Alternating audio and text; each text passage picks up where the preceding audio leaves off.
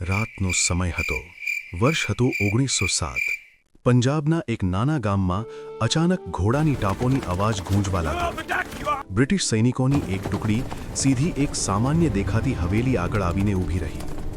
ગામના લોકો ડરીને પોતાના ઘરોના દરવાજા બંધ કરવા લાગ્યા. દરવાજા બંધ કર દો. હવેલીની અંદર એક યુવાન ખિડકીઓ શાંતિથી બી બંધ બેઠો કરો. હતો. તેની સામે એક નકશો ખુલ્લો પડ્યો હતો. તે નકશામાં ભારતના અનેક શહેરો લાલ શાહીથી નિશાન લગાવેલા હતા.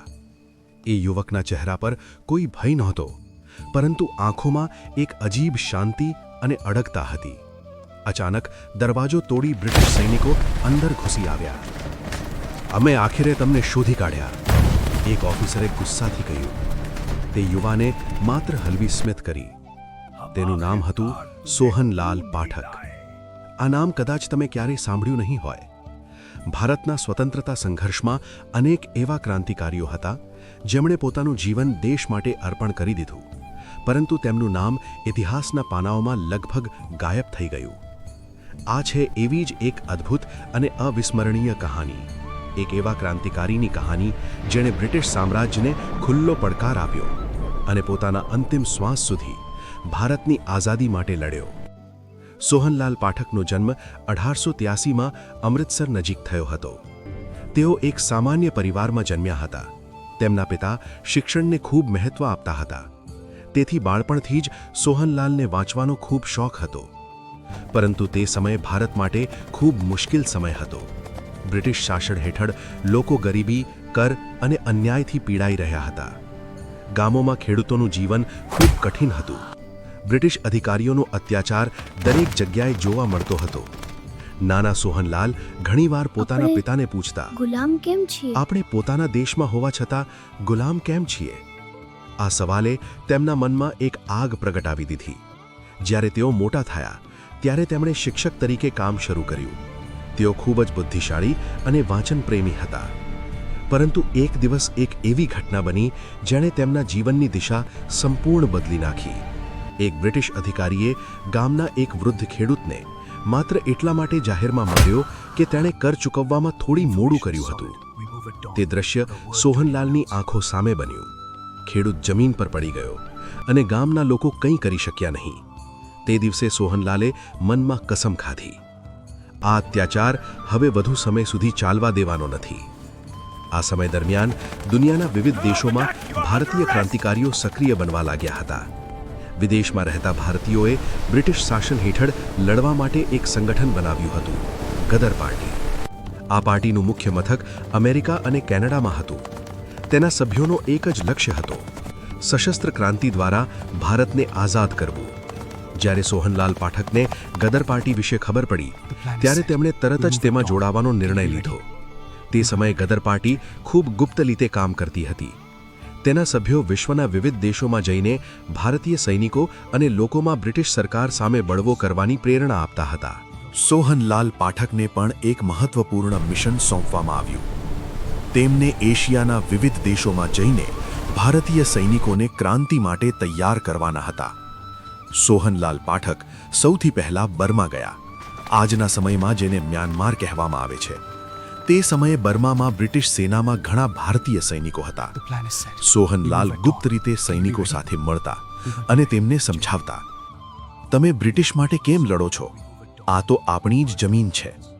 જો તમે ઊભા થશો તો બ્રિટિશ સામ્રાજ્ય તૂટી જશે. તેમના શબ્દોમાં એટલી અસર હતી કે ઘણા સૈનિકો તેમના વિચારોથી પ્રભાવિત થયા. પરંતુ બ્રિટિશ ગુપ્તચર વિભાગ ખૂબ સાવધાન હતો. તેમને ખબર પડી કે કોઈ વ્યક્તિ સૈનિકોમાં બળવો ફેલાવવાનો પ્રયાસ કરી રહ્યો છે. ત્યારે બ્રિટિશ અધિકારીઓએ સોહનલાલ પાઠકને પકડવા માટે જાળ બિછાવી. એક દિવસ સોહનલાલ એક ભારતીય સૈનિક સાથે ગુપ્ત બેઠક કરી રહ્યા હતા. તેમને ખબર નહોતી કે એ સૈનિક બ્રિટિશ ગુપ્તચર વિભાગ માટે કામ કરતો હતો. અચાનક આસપાસથી બ્રિટિશ સૈનિકો આવી ગયા. સોહનલાલ પાઠકને ધરપકડ કરવામાં આવી. તેમના પાસેથી કેટલાક મહત્વપૂર્ણ દસ્તાવેજો મળ્યા. આ દસ્તાવેજોમાં ગદર પાર્ટીના આયોજન અને સંપર્કોની માહિતી હતી. બ્રિટિશ સરકાર માટે આ ખૂબ ગંભીર બાબત હતી. તેમને ખબર પડી કે આ એક મોટું ક્રાંતિકારી જાળ છે. સોહનલાલ પાઠકને કોર્ટમાં રજૂ કરવામાં આવ્યા.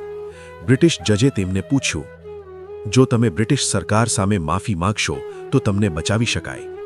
આ ઓફર ઘણીવાર કરવામાં આવી, પરંતુ સોહનલાલ પાઠકે એક જ જવાબ આપ્યો, મેં કોઈ ગુન્હો કર્યો નથી, મેં માત્ર મારા દેશને આઝાદ જોવો ઈચ્છ્યું છે. કોર્ટરૂમમાં સંપૂર્ણ શાંતિ છવાઈ ગઈ. એક બ્રિટિશ અધિકારીએ કહ્યું, તમે સમજતા નથી, તમારે ફાંસી થશે.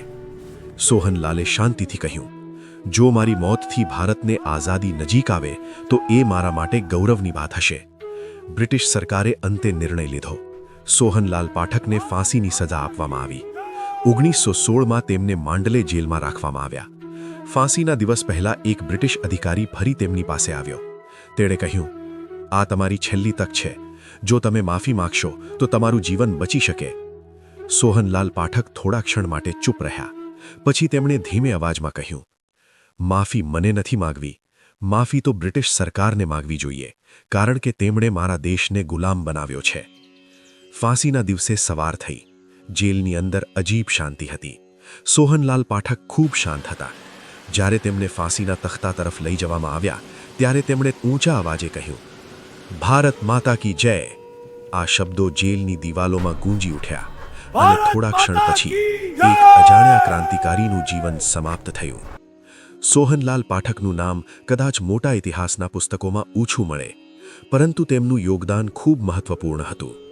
તેમણે દુનિયાના વિવિધ દેશોમાં જઈને ભારતીય સૈનિકોને બ્રિટિશ સામે ઊભા થવા પ્રેરિત કર્યા. તેમના જેવા હજારો અજાણ્યા ક્રાંતિકારીઓએ પોતાના જીવનનો બલિદાન આપ્યો. જો તેઓ ન હોત તો કદાચ ભારતની આઝાદી ઘણી વધુ મોડી આવી હોત. આ કહાની આપણને એક મહત્વપૂર્ણ પાઠ શીખવે છે.